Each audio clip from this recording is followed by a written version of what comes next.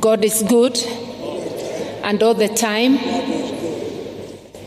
My condolences to Mama and the entire family. We are here to support this family because we are their friends, because we know them. I was privileged to know Mzee at the dawn of multipartyism when all Kenyans came together to usher in the second multi-party era. But I knew him before then because I was a very keen listener to Leo Katika Bunge on KBC. And I know he was witty, very quick on his feet, and he returned fire with fire. He was a person who had courage to speak his mind irrespective of the circumstances. I also, like Jim, remember him during the Moroto tragedy. He really fought for his people. So even when we fight the fights that we have fought, we must always remember that we are standing on shoulders of those who are before us. And I'm sure the Gen Z today are also standing on shoulders of those who are before them. And the question we must ask ourselves, what legacy will you leave? Have you set any example that can be followed by others the way Mzee did? As a word of comfort, he left such a legacy that you should be immensely proud of.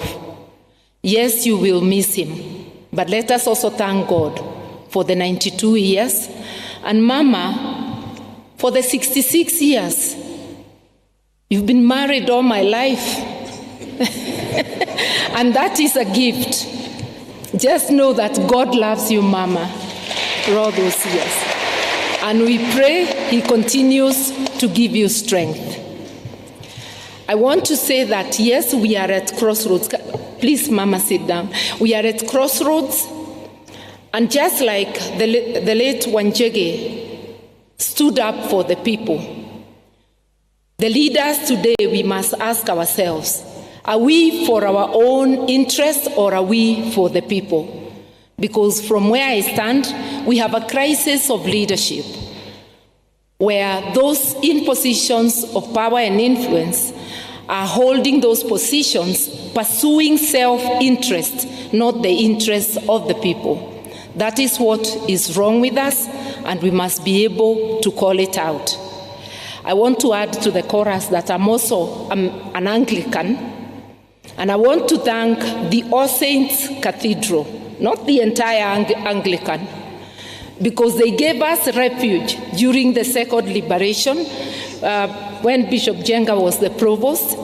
They've been a partner in the fight for a better Kenya, and today, the Reverend Omolo is giving the same support to those fighting for a better Kenya.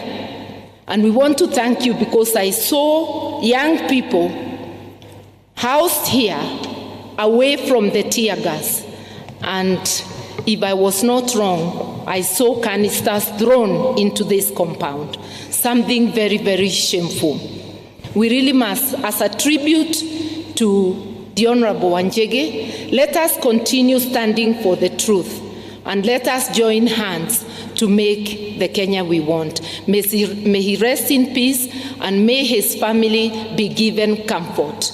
I shouldn't forget to say that we are also here because Jimi is a fellow politician like ourselves.